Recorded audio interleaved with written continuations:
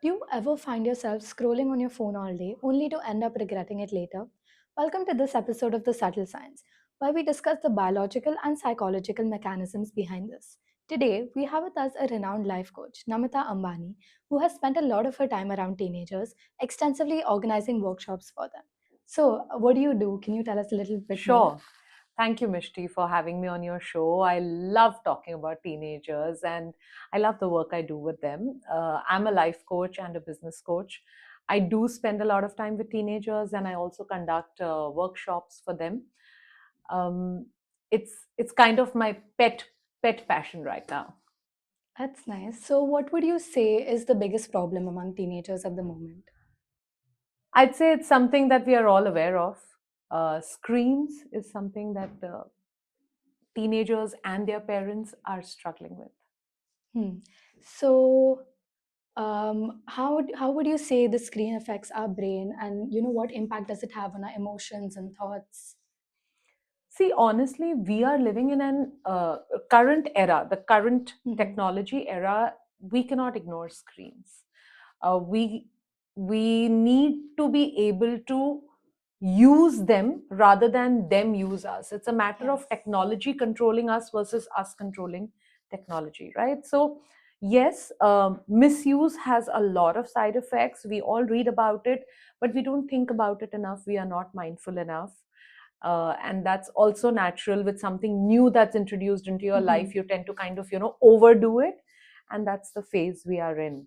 uh, it definitely, when you misuse it, when you overuse it, it definitely impacts your mind, your body, your routine, your ability to reach for goals. So, I mean, we've all faced it.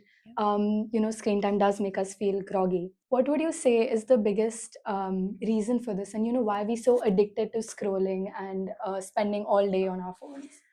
See, the first thing, like I said, is it's something new that got which came in, right? Like it's like a new flavor of candy that's in the market, new type of candy altogether. Hmm. So yes, everyone's rushing, everyone's overusing it for sure.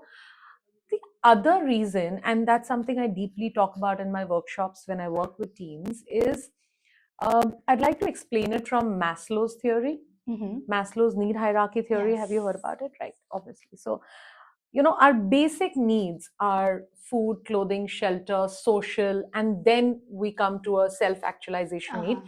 We've all learned that back in school. So in my workshop, I kind of introduce Maslow's theory in a concept based format where the teenager is thinking, what is it do I need first when I have nothing? Hmm. And you will be surprised at the number of teenagers who, when I ask them, they are stuck in a desert, in a Hmm. deserted land, dry, arid land, without clothing, food, shelter, with nothing, just their body. You will be surprised how many of them say mobile before water, Hmm. right?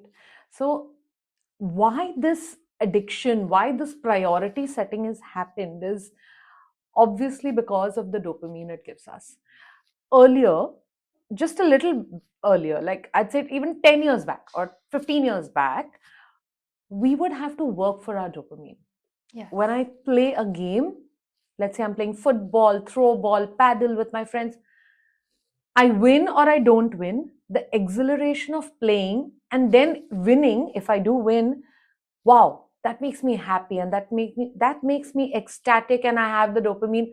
If I study, if I get a good score, pat on my back, a reward from my parents, I have the dopamine. Right now, the cheap dopamine that we are getting from just scrolling, Hmm. seeing somebody else's life, looking at what's happening elsewhere, and thinking I'm getting knowledgeable, it's so easy. Dopamine is just 2 seconds away. And that also means it spikes and drops that easily and that Hmm. quickly. So, obviously, if that is happening, you're going to feel addicted to it because you want it that quickly. You don't have to really work for it. Once you've convinced your parents to give you a telephone, a mobile, that's it. You've got your dopamine dose ready with you, and you've got access, and it's easy. So Hmm. you're addicted.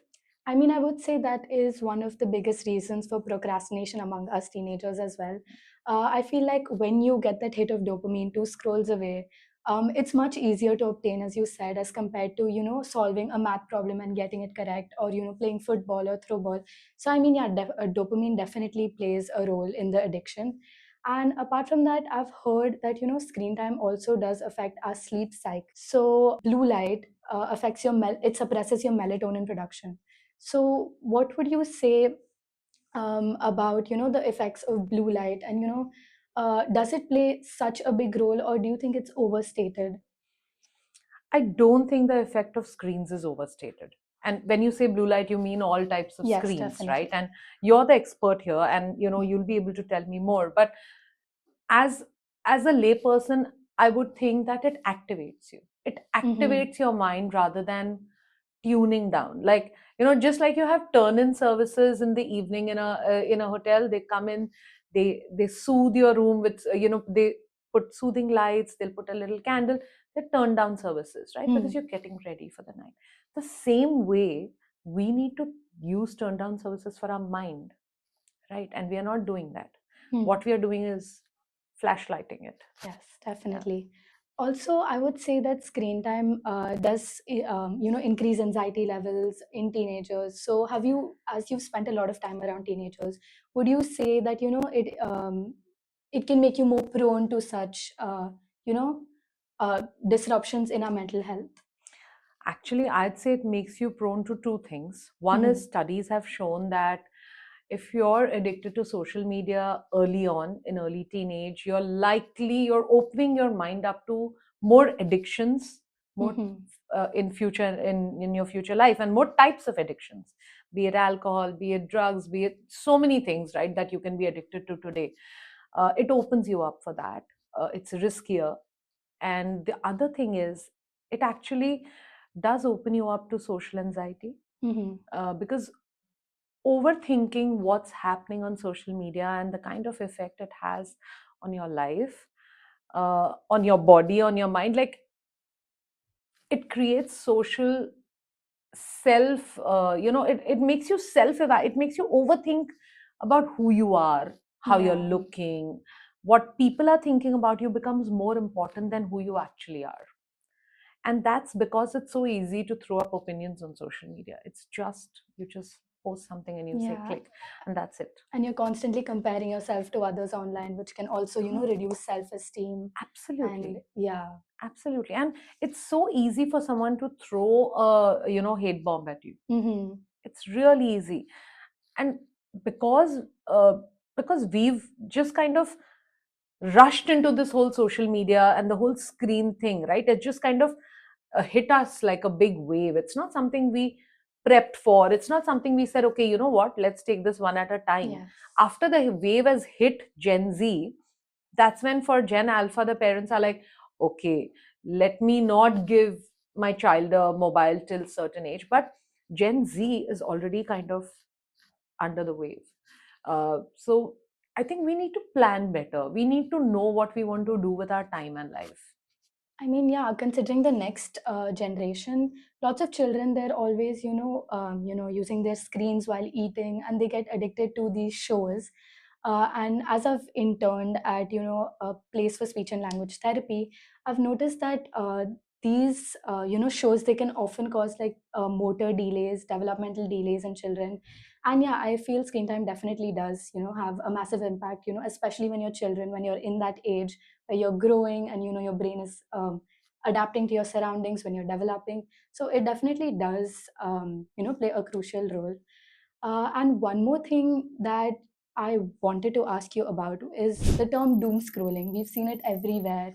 What are the effects of doom scrolling on, how does it negatively impact us?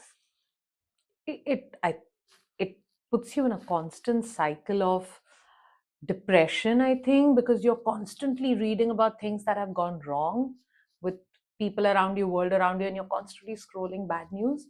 I think the term got introduced in COVID, somewhere around Yes. COVID, and from there it's just kind of been there, so much that some of the millennials like me have stopped looking at news. It's been so bad. Hmm. uh, but some people get aware that, okay, why am I subjecting myself to constant negative news, and can step out of it. Some people just thrive on it also. But yeah, it's a challenge. It can really put you in depression. It can make you think the whole world is crumbling when it probably is not. Definitely, I think it does affect the limbic system of your brain. Okay. And you know that's a basically a part of your brain which consists of the hippocampus, the amygdala, thalamus, hypothalamus. So basically, these are all parts that work together to regulate your emotions. So the like you know the biggest effect that doom scrolling has on this system is basically your amygdala, which you know is a fear response. It induces fear responses. It Oh, definitely does increase the stimulation of the amygdala, which in turn, you know, increases fear and negative emotions in your brain. So cognitively, also, it does, you know, impact the brain. and imagine if you're acting from a point of view of fear. If you're Mhm. constantly living in fear that something is going to go wrong, even on a normal day, you're going to feel like, okay, I'm getting attacked. People are, putting me down. Okay, someone's going to kidnap me. Living in that kind of mindset cannot allow you for normal growth. Definitely, to you know thrive, to grow as a Yeah, person, it definitely not. hampers with your individual development. Yeah. So I personally, I also find myself doom scrolling sometimes, and then I end up procrastinating all my work. You know, sometimes when I can't, I don't get a math problem. My first reflex is to go to my phone, and I have spoken to my friends about this, and I know, you know, some of them do relate to this as well. So, what would you say? I mean, how do we overcome this? Okay, so see, overcoming from the point of view of the teenager or the child, and overcoming from the point of view of the parent, uh, both need to work together, right? Mhm.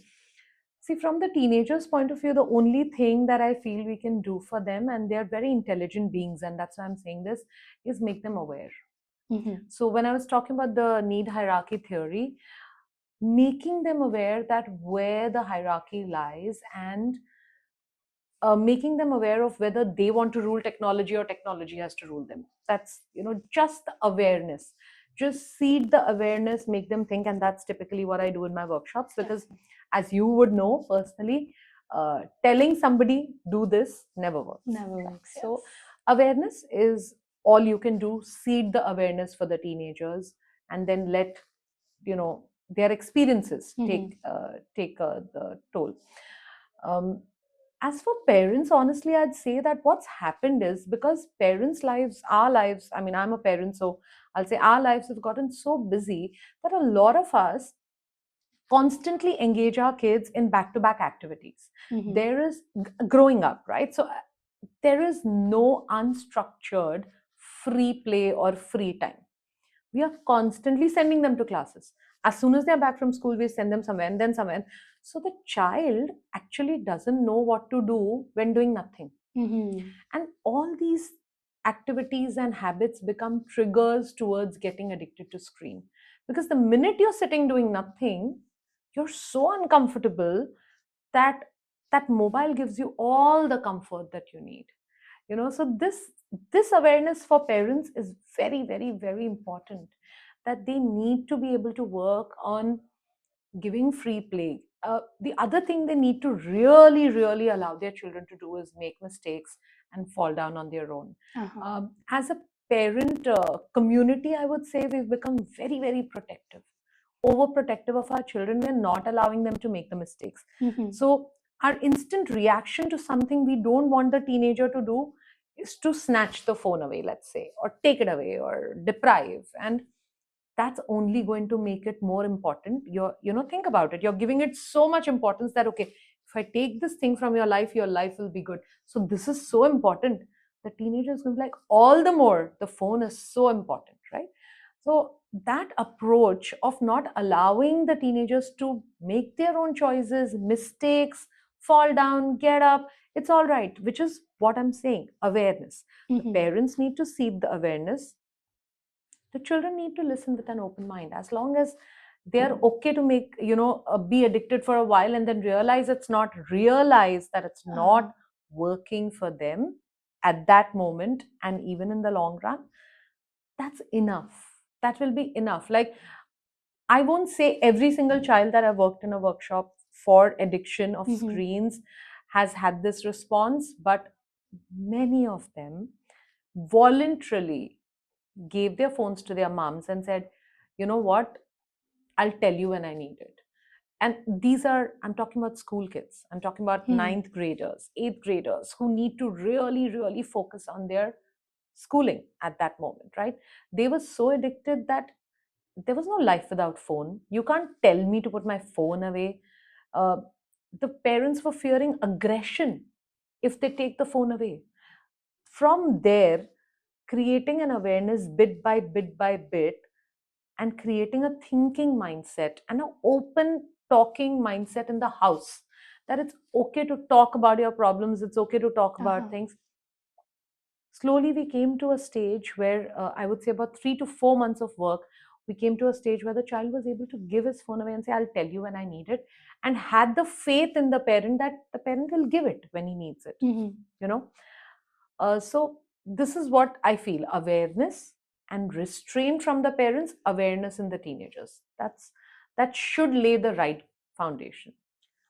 But would you say that, adults also, sometimes parents are also addicted to their phones and they find it hard to stay away from their phones as well? 100%. So, I mean, what would be the difference between the two? Even, in terms of adults, how would they cope with it? Because they are also addicted. So, I mean, if they are not able to distance themselves from their own phones, how are they supposed to ask their teenagers to do it? So, what would you say is the difference between teenagers and adults, in terms of the addiction and, why they're so addicted to their phones? So I'd say, the difference in the teenager and adult mindset is that teenagers, um, like short term satisfaction, like Mm-hmm. they're used to very instant gratification, and their thinking is a little bit short term. I'll give a little bit of credit here to adult brain and say that, they can think a little bit in the longer term. So they can think, like, I've seen a lot of parents giving up so many life choices because they don't want their children to follow it, purely because they've realized it's not good for them. Mm-hmm. But here's the catch, right? You, as a parent, you made your mistakes, you realized where you were wrong, you corrected yourself. You can only hope that your teenager is looking at the right actions and making the right choice. But definitely, it's easier to learn by experience than to, uh, you know, It's more impactful to learn by yeah. experience, and it's more likely to stick Mm-hmm. than just by words. Yeah. So, Mishti, I want to share one incident with Mm-hmm. you, right? Let me warn you, it's pretty shocking. Okay. But it goes to show how extreme screen addiction can be. There was this teenager, his parents were Mm-hmm. stepping out for the weekend, and he obviously had this exciting gaming weekend planned for himself. He sat down on his chair in front of the screen, put on his gaming. He kept at it, kept at it, kept at it, kept at it. When his parents came back from the weekend, they found him on the same chair Mm-hmm. in front of his game, which was still on, but dead. And obviously, after investigation, they found that he Uh-huh. had a medical incident on spot. Also, they found that he had not moved from that chair for 48 hours. So imagine your mind suppressing your body's need for food, uh, using the washroom, water. All those basic requirements were sidelined by this addiction to the screen, which made itself the most important thing in this child's life. And just not listening to his own body is what Mm-hmm. cost him his life. That's how extreme it can get. It's pretty scary. If you let technology rule you, this is where it's going. Yeah, I mean, it's really scary because all of us do find it a little hard to, withdraw ourselves from the screen. So, I mean, there can obviously be extreme cases. And, sometimes there are aggressive tendencies that, stem from, sometimes I'm sure you must have come across this as well. When an adult, the parents take away the teenager's phone, sometimes there are aggressive tendencies, which Yeah. again correlate to the amygdala. But yeah, withdrawal is something that is definitely really hard, to come out of from this, in this day and time from the screen. I think So, just like we have these detox clinics where mhm. people go and detox from alcohol, very soon we are going to look at screen detox clinics. Definitely. So, what would you suggest is the best way to, like, does detox really work in this sense? So, what would you say is the best way to detox from the screen? See, like I started by saying, it's not a time that we can live without it, Hmm. right? So the thing to learn and to understand is what is the right amount of usage. Now Mm-hmm. there have been some research around this. Some will say that anything beyond 4 hours is damaging. Some studies say anything beyond hour and a half is damaging. Again, it depends on a wide range of age. I think for Mm-hmm. teenagers it ranges somewhere between 1.5 to 4 hours, and when it gets damaging. But I would say for every individual, depending on what you're studying, what you're doing, what you're spending your time on, uh, you have to establish those boundaries for yourself. Mm-hmm. And because you can use it positively, there is a way to use this screen time positively if you're consuming the content that's adding value to your life. Mm. And how much time do you want to spend consuming content versus action? So heart, mind, hand. So mind is the brain, heart is what you feel like doing, and hand is action. And Mm. we need a good balance of all three to have a balanced life. So how much of your time really you want to spend only on mind Mm. without any action? Because we all know unless we are doing something about it, we are not getting anywhere. Mm. Every single teenager needs to find the balance for himself or herself, and that is the only way. There is no one size fits all at all, which is why again it starts from awareness. Definitely. So, one more thing that I have noticed is that my attention span has significantly gone down. Since I got social media, um, we now have videos that are 1 minute long, and some people still struggle to reach the end of that. So, attention span is definitely another part that has really been affected by social media. Have you experienced the same, or have you come across teenagers who've had similar problems and have come to you for help? I think the way content is designed right now, it's designed to shorten our attention span, and it's affecting teenagers, adults, oldies equally. Earlier, we could sit and watch an hour of shows. Right now, 15 minutes laughs is what we are looking at, and Mm, that's the most popular definitely. segment. So, I think we're kind of being tamed into this shorter attention span. It's so unproductive. It's so counterintuitive. But I'm glad you recognize that it's happening, and I hope there are many more like you who do. What do you feel there's any way we can deal with it, and do you think like uh, how does that affect our psychology? Do you want to talk a little bit about that? Definitely, the neurotransmitters again involved are dopamine and acetylcholine. I don't want to, go too much into the technicalities of it, but I do feel like the amount of time that we're spending on our phones daily does hamper with the neurotransmitter levels in our brains. They keep fluctuating, which again does affect, our attention span in turn. And I have realized this with because I realized that my attention span was not so good. So I did some research on it, and I do hope that this does, help other people as We'll well. keep going. It's been a great conversation, and I think we should keep this conversation going. And I'm Definitely. I'm so happy to see that there's a teenager who's working on creating this awareness. It's just perfect. So this was definitely really insightful. Thanks to Namita. And this conversation would keep going, but that's for another episode. So keep watching The Subtle Science.